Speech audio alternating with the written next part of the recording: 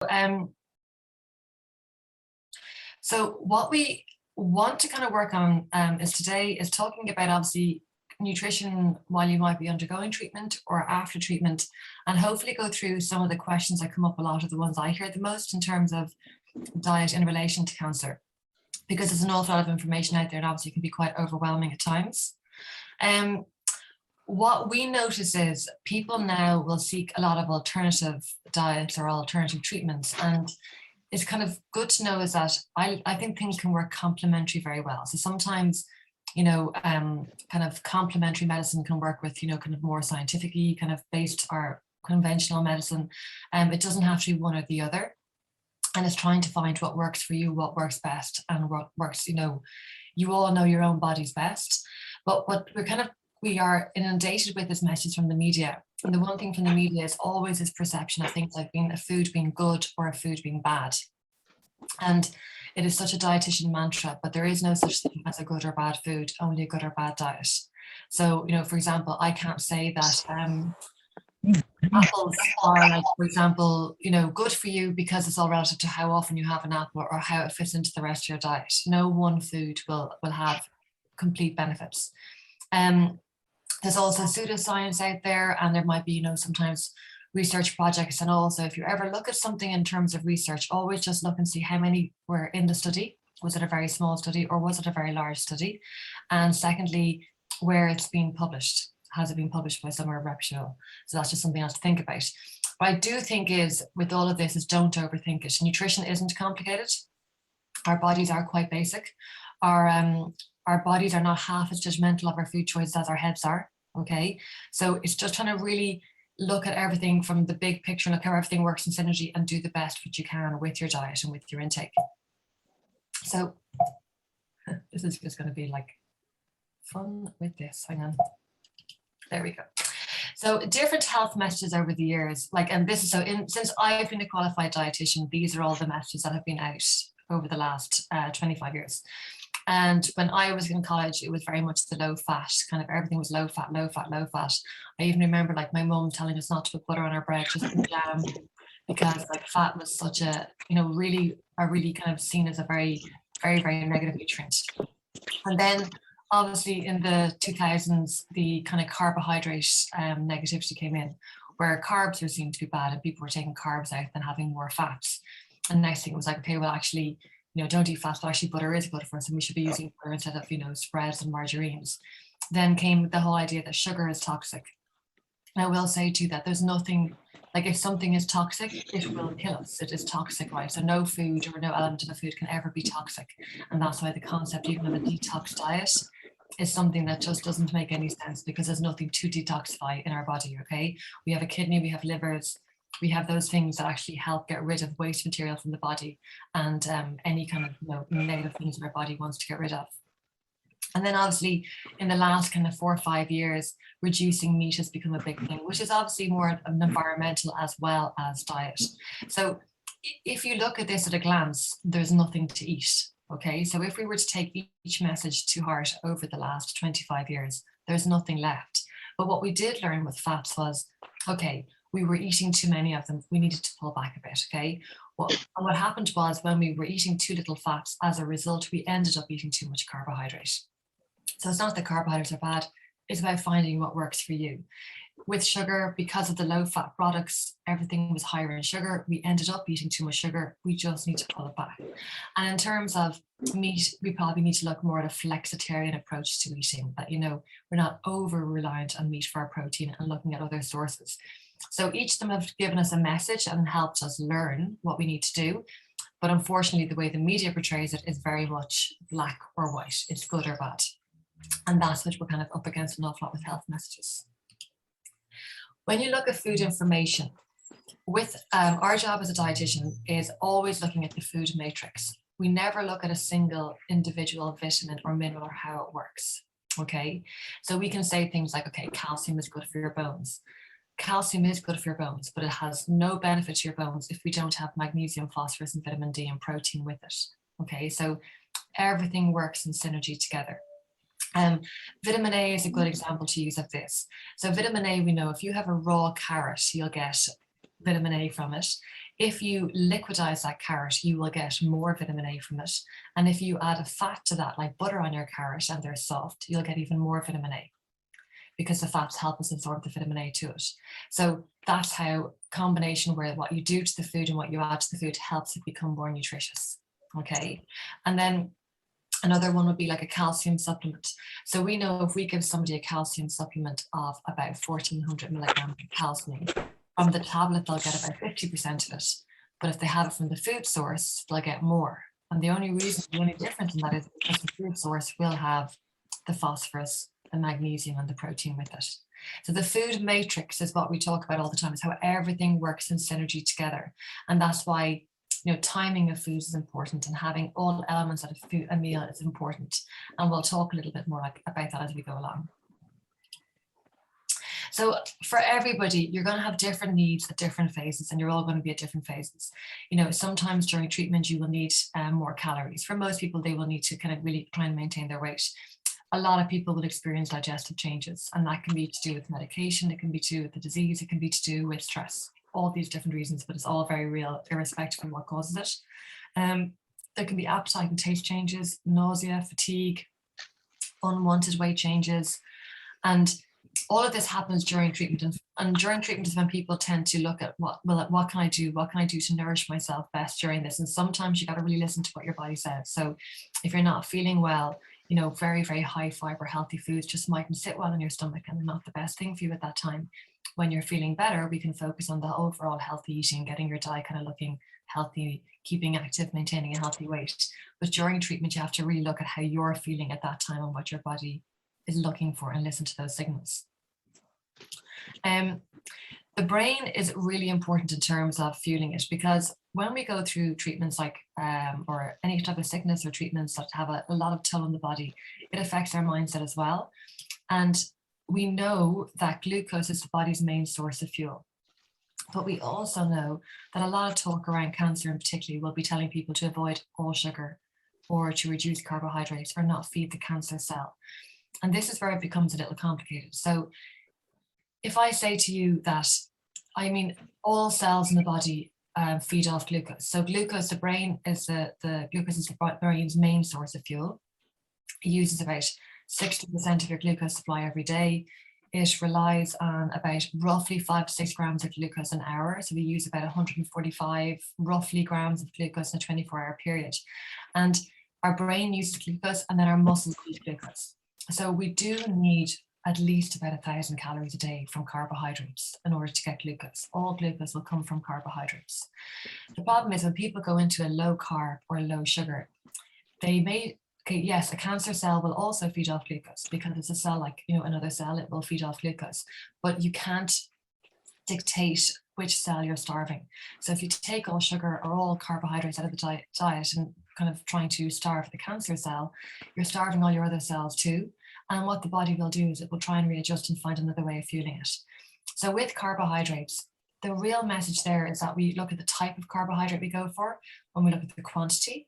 So we know excess carbohydrate or excess sugar in the diet can cause obesity and weight problems, which they in themselves can be a risk factor for cancer. But we know that if you have too little, you can get tired, you can get constipated, you can feel your mood drop, and we can have other complications. So it's really trying to get that right balance of carbohydrates and feel like they're not bad. They're just ones that we needed to learn what portion size to have of them. So just bear that in mind. You know, when people say a cancer cell feeds off sugar, it does, because it's a cell, but you can't dictate to the body which cells you're going to starve. So I hope that makes sense. When you look at the other most important nutrient then is protein. So the carbohydrates are your base source of fuel at each meal. You want carbs at each meal. And a really good way to kind of think about it is, if you have, if you make your hand into a fist, right, a fistful, that's the size roughly of your stomach, okay? We usually need about a fistful of carbohydrates at each meal, okay? So that'd be like a fistful of cereal. You know, it will be your bread at lunchtime, for example. It could be your potato, rice, pasta, quinoa, couscous, whatever you're having in the evening time. But it's about a fistful is about the right amount to have, roughly, for most people. And we do need to have it at every meal, because our body needs that regular supply. When it comes to protein, protein is a really important nutrient when the body has gone through stress. It's important for all of us anyway, but particularly when the body's gone through a lot of stress. And this isn't about having a high protein diet or like a low protein diet. This is about making sure you have an optimal protein diet. So what we know, depending on our age, is that we can kind of get what we call MPS, it's called maximum protein synthesis. And it is about 20 to 30 kind of grams of protein, 40 as we get a little bit older, that we only can make a certain amount of muscle out of protein at a certain amount. There's no point having lots at one meal. So basically what I mean is that if, for example, you have a day where you had tea and toast for breakfast, so there's no real protein there, and then you have maybe vegetable soup and brown bread for lunch, so you've no real protein there. And then in the evening time, you have like a really big, you have a big, I don't know, spaghetti bolognese, or you have a steak, or you have a big darn of salmon, something like that, and you've lots and lots of protein in your evening meal. The optimal point of absorption of protein is roughly between 20 and 40 grams. So I'll put 30 there just to kind of keep it in the middle. So it means that on paper, you'll have eaten enough protein in the day, but your body hasn't really gotten the most benefit from it. Because with that 25 grams extra in one meal time, your body can't really do anything. You don't get any protein synthesis with it, and we don't store it in the way we do other nutrients. So what we call an optimal protein intake is when you have protein at each meal. So for example, at breakfast time, you would have maybe make your porridge on milk, or you have an egg with breakfast, or you have a Greek yogurt, or you add like nuts, seeds, all these different things to your breakfast to bring the protein up. At lunchtime, you might have a little bit of, like, you put lentils in your soup or beans in your soup, or you have a bit of tuna in a sandwich or a chicken or something like that. And in the evening time, you have a breast chicken, but a small breast chicken, not too big. So roughly, what will give you roughly about 30 grams of protein is somewhere around the rounds of kind of 100 to 150 grams of meat or chicken or fish, which is about 3 or 4 ounces. So that's about the right amount to have at a mealtime. But the key thing is spreading it out. So a lot of us have got into it, I suppose, habits even of wouldn't eat much during the day, but at dinner time, we could easily have a 200 gram, say, chicken and breast to be a big one. And we'd have a big dinner. You're better off dividing that chicken in between 2 meals so your body gets the most out of it. And what we need protein for is muscle maintenance and repair. So muscles an active tissue. So every day we lose muscle mass, and the only way to replenish your muscle mass is with protein. And because we don't store protein, we need to have it on a daily basis. And then as we get older, when we get over the age of 55, that becomes up to nearly close to 30 to 40 grams at a mealtime. So we need a little bit more. And that's why benefit snacks. Now, I've in this slide put protein at each snack, but I normally say to people when they talk about snacks is if you kind of structure them like one snack is a color, so it could be like fruit, and one snack is a protein, which might be, it could be a milky coffee, it could be a yogurt, it could be some nuts, it could be some cheese, something like that, or a nut butter. And then one snack might be more treat-like, or it might be something a little bit different. But it's just the idea of making sure that you're getting protein about 3 to 4 times a day in the diet, and spreading it out nice and evenly. Okay. And then of course you're also looking at the choices of protein. So this is kind of relevant to whether you're plant-based or you eat meat or you're pescatarian or whatever you do. When you're plant-based, often we would say is try to make sure some of your snacks would have protein too, just to get it a little bit more evenly spread, because it's just, for example, a portion of lentils will give us at lunchtime might give us 8 or 10 grams of protein, where the same portion of chicken might give you 20. So it's just a different amount. There's no right or wrong way to do it. It's just getting the balance throughout the day. Then when we look at the next kind of area is fiber, and this kind of ties in with the carbohydrate element too. But fiber is, we call it the forgotten nutrient because people tend to kind of forget about it because it doesn't have any calorie content. It's one of those things that we kind of tend to forget about a little bit.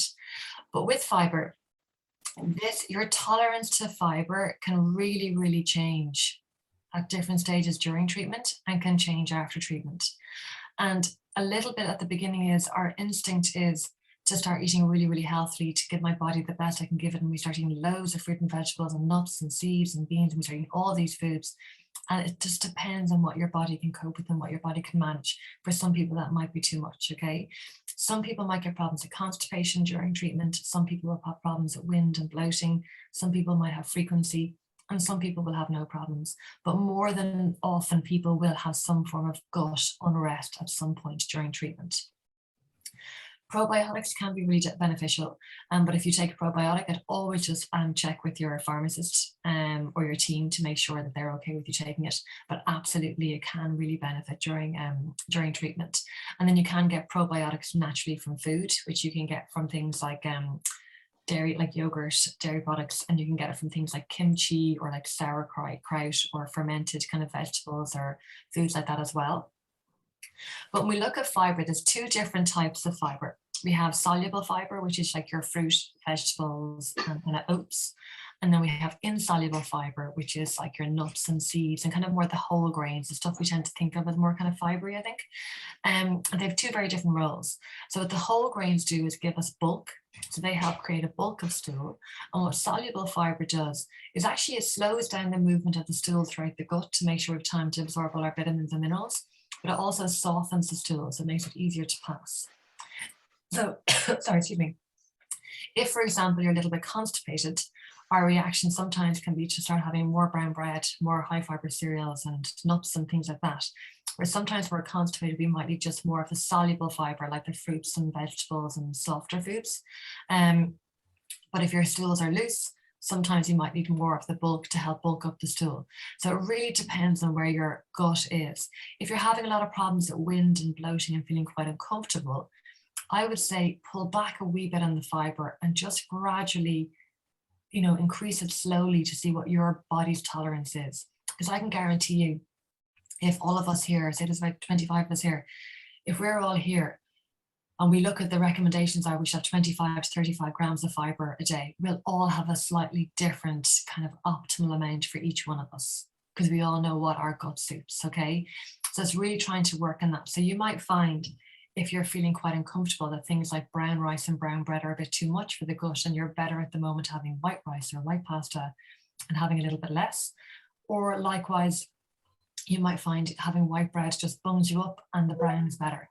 So there's no right or wrong. There isn't even that big of a nutritional difference between like white and brown versions of those foods. It's about what suits you best.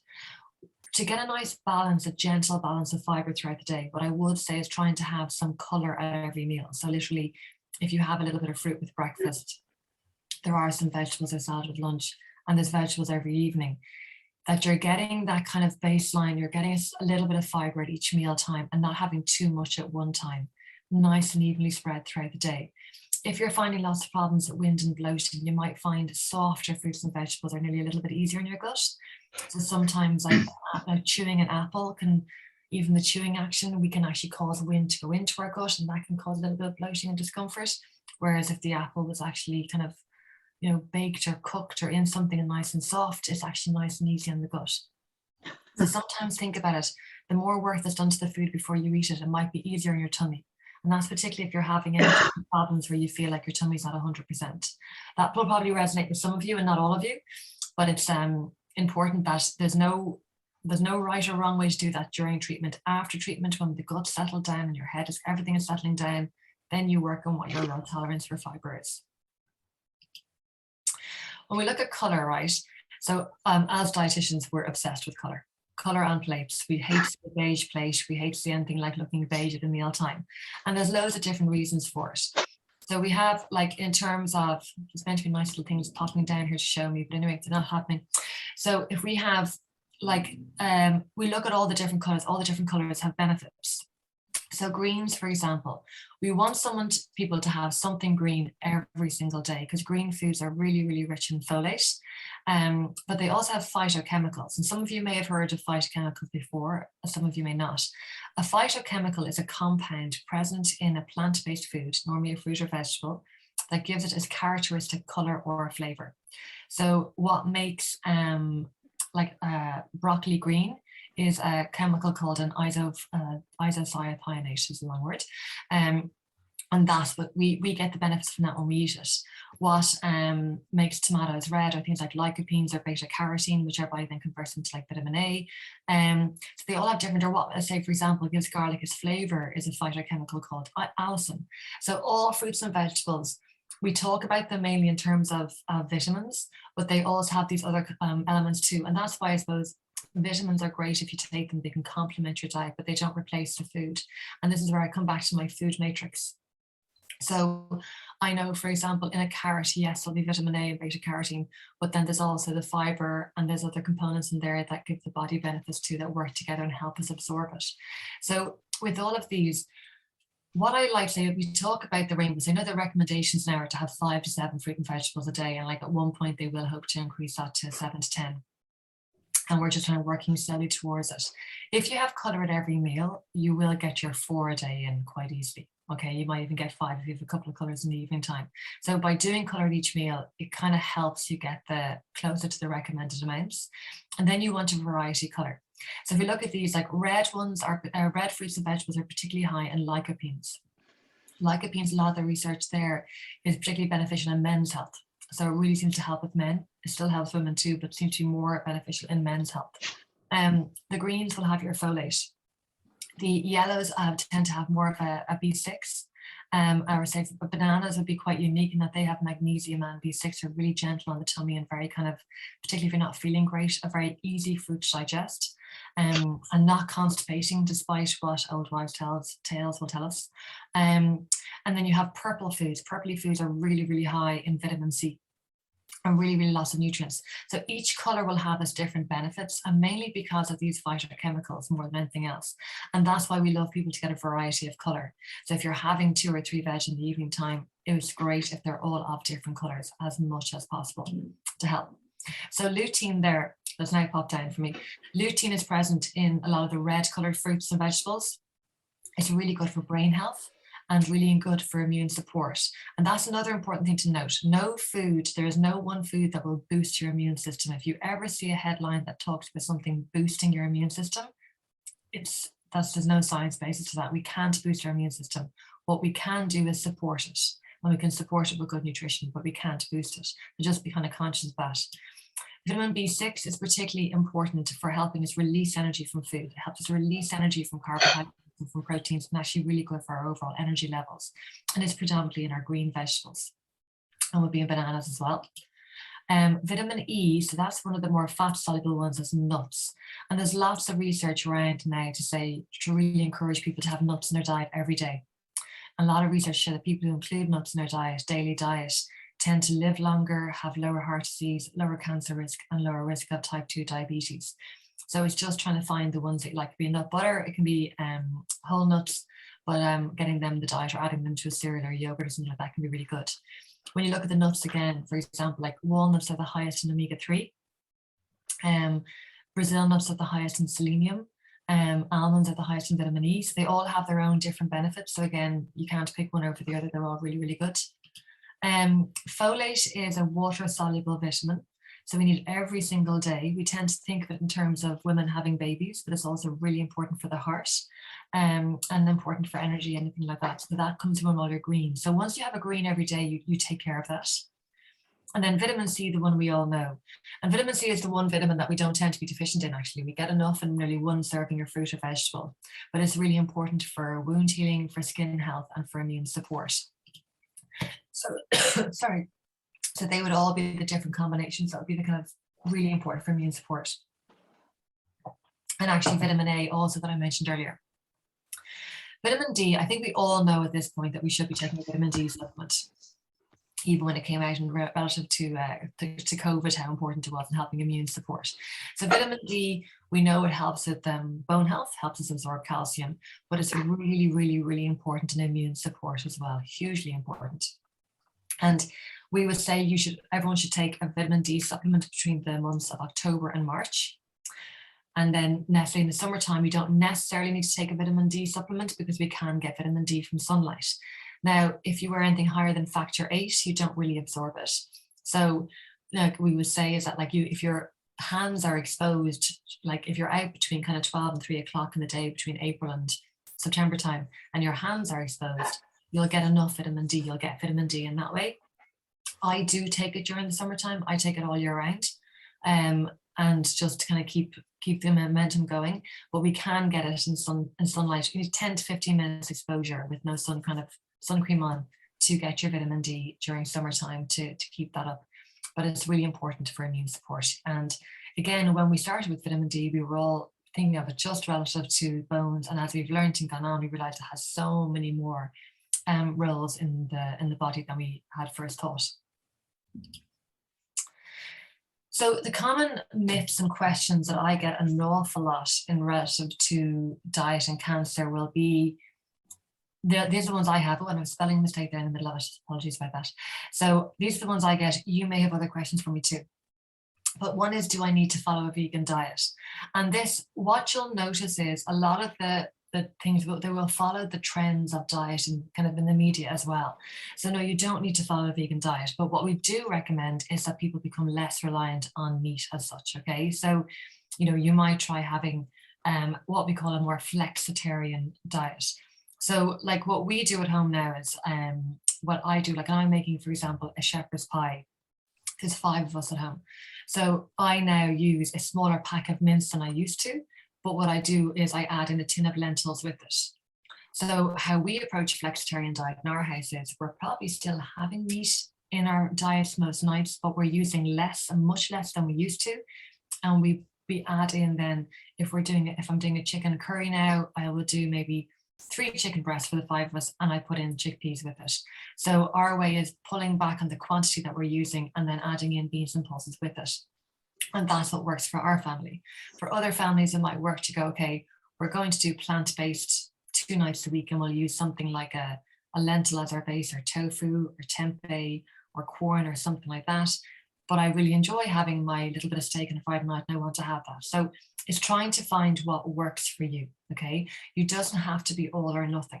For some people, they'll choose and want to go vegan, and that's absolutely fine. Or for some, they might go, well, I really don't like more plant-based foods. And in that circumstance, you might take the approach that I'm doing with my family, because some of the kids just don't like the textures yet. They're just not used to it. So it's just trying to adopt what works for you. But with this is, yes, we do need to become more conscious of portion sizes and how much meat we're having. So when I was talking about protein earlier on, I mentioned like 3 to 4 ounces, or 100 to 150 grams. Whereas if you look at portions out for steaks or for large chicken breasts and things like that, they're much bigger than that, and that's more than what we need. So if we were to actually kind of go with the portion size of what our body needs at those times, even with that, we're reducing our overall meat intake. The dairy thing has been a common question for many, many years. And the truth is, there's no reason to not consume dairy, okay, unless you're just not comfortable with it. And if you're not comfortable with it, don't do it. I think you have to go with your gut instinct as well. So with dairy, the benefits, if we look at all the different types of milks, if we kind of categorize them. So cow's milk will have the most, I'm looking at purely from a nutritional point of view, nothing else. Cow's milk has the most nutrition because it has iodine, and then protein, calcium, magnesium, it has some folate, it has phosphorus, it has, and protein, it has all the nutrients that we need. The next best one would be soy milk. And soy milk has everything that cow's milk has except for iodine. Okay, and the reason we have iodine in our milk in Ireland is because our cows are grass-fed, and iodine is really important for thyroid and hormone function.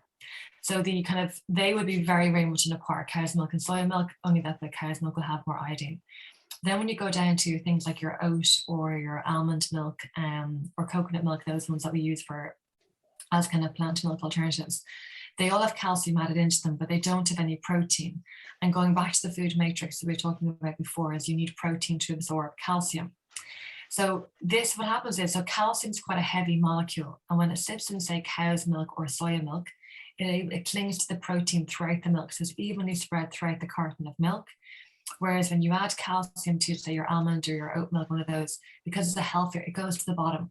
So if you do use any of those type of milks, it's really important to make sure you give it a really good shake beforehand. So then the calcium gets distributed throughout the whole carton, and then you use it. Because if it's in the fridge sitting like that and you just pour it all the time, it's more watery up here, all the calcium sitting at the bottom. So it's up to you which one you use, but that's nutritionally how it works. And if you're using the ones with no protein, make sure you give them a really, really good shake before you use them. Drinking alcohol while living with cancer, you can. It's just we say keep it to recommended intake. So for like a woman, that's 11 units. For a man, it's 14. Just trying to keep it that you might have 3 or 4 alcohol-free nights a week, that when you have it, you might have a glass of wine. It'll depend how you're feeling as well. But you know, excess alcohol can have a risk factor effect, but if it's drunk in moderation, it seems to be okay. The sugar feeding cancers, just to clarify what we were talking earlier on with the carbohydrates in the diet. With sugar is, yes, I mean, I can't say it doesn't, it does, because sugar feeds every cell in the body, and glucose in the form of glucose. So every carbohydrate we eat, whether it comes from an oat or whether it comes from a jelly bean, will be converted down to glucose and then used by the body. Okay, and the body just needs glucose.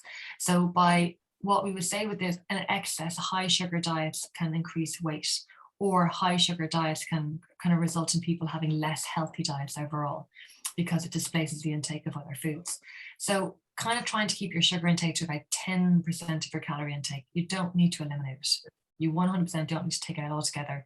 Just keep it at about 10% of your calorie intake, which will be, you know, having something nice a couple of times a week, or, you know, just having normal day-to-day healthy foods. There's little bits of sugar in some foods, but there's not as much sugar in foods that people think. People definitely over worry about sugar in foods. There's certain things we know that are high in sugar, like fizzy drinks, or, you know, sweets, chocolates, things like that. And if you're having them on occasion, that's okay. With supplements, the thing is, vitamin D is the one we tend to say supplements can complement your diet. They're not going to replace nutrition, but they will complement a diet. And with supplements, depending on what you've gone through and what you're doing, I would probably discuss it with your pharmacist, or if you have a dietitian, to see what would help give a little bit of a boost. Often post-treatment, I will say to people to take a multivitamin when they're finished treatment, just to kind of give them an overall boost and feel better. But they're not a necessity, but they definitely can complement the diet. So when we look about portion sizes, I was talking earlier on about how the stomach is the size of your fist. Okay, so that's a really good gauge for through the ages, like with kids, like, you know, that's what their portion sizes are. And normally our stomach kind of expands to roughly 4 times the size during eating. So if you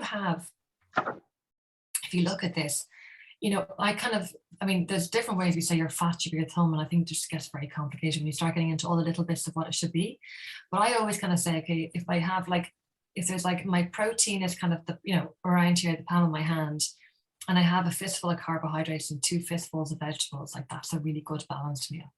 Okay, so your carbohydrate and protein will be kind of equal, and then the rest of your plate is vegetables. We want a good amount of bulk on the plate, but just that most of it is coming, half of it roughly is coming from your vegetables. If you've lost weight and you need to improve your weight, then you would divide the plate into 3. So you would have 1/3 of your plate protein, 1/3 of it carbohydrates, and 1/3 of it your vegetables, to make sure, and then your fat. So I have here is like the plate model, the one with the kind of all the colors on it there with the vegetables on it and the carbohydrates and proteins. That's kind of a really good, healthy maintenance kind of diet. That's something that someone's maintaining a healthy intake, and that's what it should look like at lunch and at dinner, trying to work on that. But if your weight is down or you're struggling and you need a little bit more, you would divide it to have a little bit more carbohydrate. And that's because carbohydrate is fuel, and you might need a little bit more fuel. Or if you're very active, you might need a little bit more fuel. But the one food group, your protein stays the same. The food group you play around with is carbohydrate. And that's because carbohydrate fuels your muscles. So if you're using more muscles... Actually, Kate's, it's a super talk. If you're using more energy up, or you're more active, you would have more of your carbohydrates. You push a little bit more. So that's the nutrients you kind of play back and forth with. But we keep the rest of them the same. And I much prefer this to the food pyramid. I just feel it because simplifies it and just makes it look much clearer. So in terms of looking, so this kind of feeds into the sugar thing we're talking about, and like letting ourselves, like, just be nice, having a little bit of self-compassion sometimes, and ourselves as something nice. Okay, I love the concept of the 80-20 way of eating, and where that comes from is we get all of our vitamin and mineral requirements from roughly about 80% of our calories. And then the remaining 20% of our calories is probably more just the energy needed to help all the functions take place. Okay, so technically speaking, doesn't really matter that much where that 20% of calories comes from, as long as 80% of your calories are really, really good.